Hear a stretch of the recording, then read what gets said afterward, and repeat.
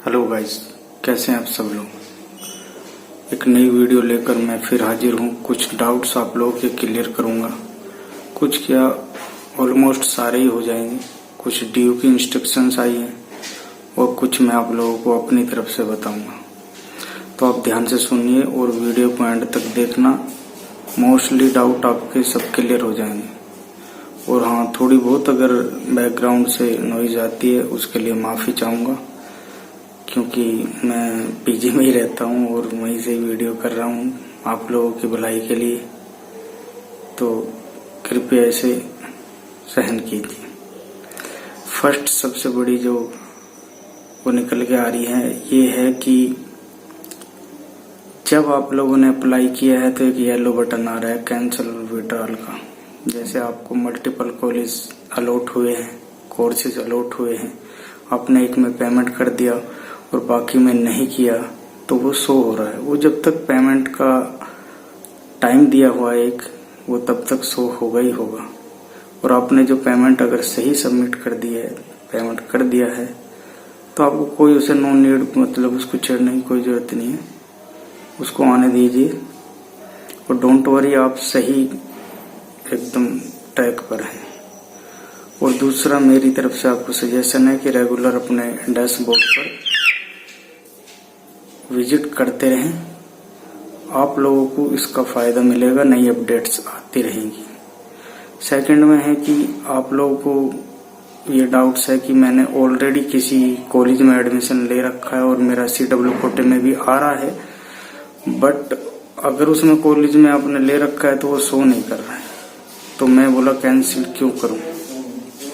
अगर आपको better college मिल रहा है तो आप कैंसिल कर सकते हैं, अगर नहीं मिल रहा है तो मत करिए। बट उसका एक नुकसान भी है कि नेक्स्ट साइकिल या लिस्ट जो आएगी आपको कंसिडर नहीं किया जाएगा डीयू की तरफ से। शायद आपने पढ़ा है या नहीं पढ़ा इंस्ट्रक्शन, मैं नहीं जानता। बाकी और आगे जो है वो है एलिजिबल कैंडिडेट। बार बार उनसे ही पूछ रहे हैं कि मेरा कोर्स प्लस कॉलेज शो नहीं हो रहा, और हो भी ऐसा ही रहा है। उसमें यही इश्यूज आ रहे हैं कि आप लोगों का या तो एडमिशन ले रखा है, या फिर आप उस प्रायोरिटी में नहीं आ रहे हैं, या फिर आप अभी उस कट ऑफ के अंदर नहीं आ रहे। तो आप लोग वेट करिए, सेकंड लिस्ट आएगी, जरूर आएगी। क्योंकि अभी आप लोग उस स्तर पर नहीं सोच रहे जहां ये सब काम चलता है। इनमें से कुछ बच्चे अप्लाई भी नहीं करेंगे, वो सीट रह जाएंगी। कुछ लोग मिस हैपनिंग का शिकार होंगे, कुछ ना कुछ गलती कर देंगे, ऐसे ही बहुत सीटें रह जाएंगी। सेकंड आएगी, सबको सीटें मिल जाएगी। थोड़ा सा टाइम लगेगा, पेशेंस रखिए, आपको सीट मिलेगी डीयू में। ऐसा बात नहीं है कि सीडब्ल्यू कोटे में सीट ना मिले। हाँ, ये हो सकता है कि आपको थोड़ा कॉलेज आपकी चॉइस का ना मिले, पर आगे इंस्ट्रक्शन में बताऊंगा वो आप कैसे कैसे अपग्रेड होंगे। आगे उन्होंने बताया है कि कोर्स प्लस कॉलेज जो सीडब्ल्यू कोटे में आपको अलॉट किया गया हो, वो सेंट्रल एडमिशन कमेटी के बेसिस पे और उनकी जो प्रायोरिटी है उसके ऊपर, और इफेक्टिव परसेंटेज, आपने क्या कोर्स लिया, कॉलेज की प्रेफरेंस, अवेलेबिलिटी ऑफ सीट और टाई ब्रेकिंग रूल के अनुसार ही किया गया है। उन्होंने अपनी मर्जी से नहीं किया। तो आप लोग वो कह रहे हैं बार बार कि रेगुलर अपने डैशबोर्ड पर कॉलेज प्लस कोर्स के रिगार्डिंग विजिट करते रहें, आपको कुछ नया देखने को मिल सकता है। आपका जो कॉलेज है वो आपकी जो एप्लीकेशन है उसको रिजेक्ट और अप्रूव कर सकता है। उसका कारण ये है, अगर आपके जो पेपर्स हैं या डॉक्यूमेंट सबमिट किए हैं, अगर उसमें कुछ उनको गलतफहमी है या वो उनको लग रहा है कि कुछ फ्रॉड है, तो वो पक्का 100% कैंसिल करेगा। या फिर आपसे कॉल करेगा, ऐसे नहीं करेगा, कॉल करेगा, पर उसको हक है, उन्होंने बोला है। एक कोर्स और एक ही कॉलेज में अगर आपने मेरिट के थ्रू लिया हुआ है एडमिशन, तो आप उसको कैंसिल करके ही दूसरे कॉलेज में लेंगे और पहले आपको जो 1000 रुपये जो फीस है DU की, जो पेनल्टी मान लीजिए, फीस मान लीजिए, वो कटेगी। उसमें से बाकी जो बच जाएगा वो आपके वॉलेट में शो करेगा। जब आप पेमेंट करेंगे तो वो कंसिडर किया जाएगा। बाकी जो डिफरेंस होगा आप पे कर सकते हैं, ऐसा उनका कहना है। आगे उन्होंने ये भी कहा है कि एक कॉलेज कोर्स एडमिशन कंफर्म अगर आपका हो गया तो फिर वो आपको चेंज नहीं होगा, ठीक है। वो अपग्रेड हो सकता है बट वो चेंज नहीं होगा। तो सोच समझ के आप अप्लाई करना। आगे जो नेक्स्ट साइकिल आएगी या लिस्ट आएगी उसमें वो बोल रहे हैं कि आपका अपग्रेड किया जाएगा। जैसे आपने प्रेफरेंस दी है उसके अनुसार वो भी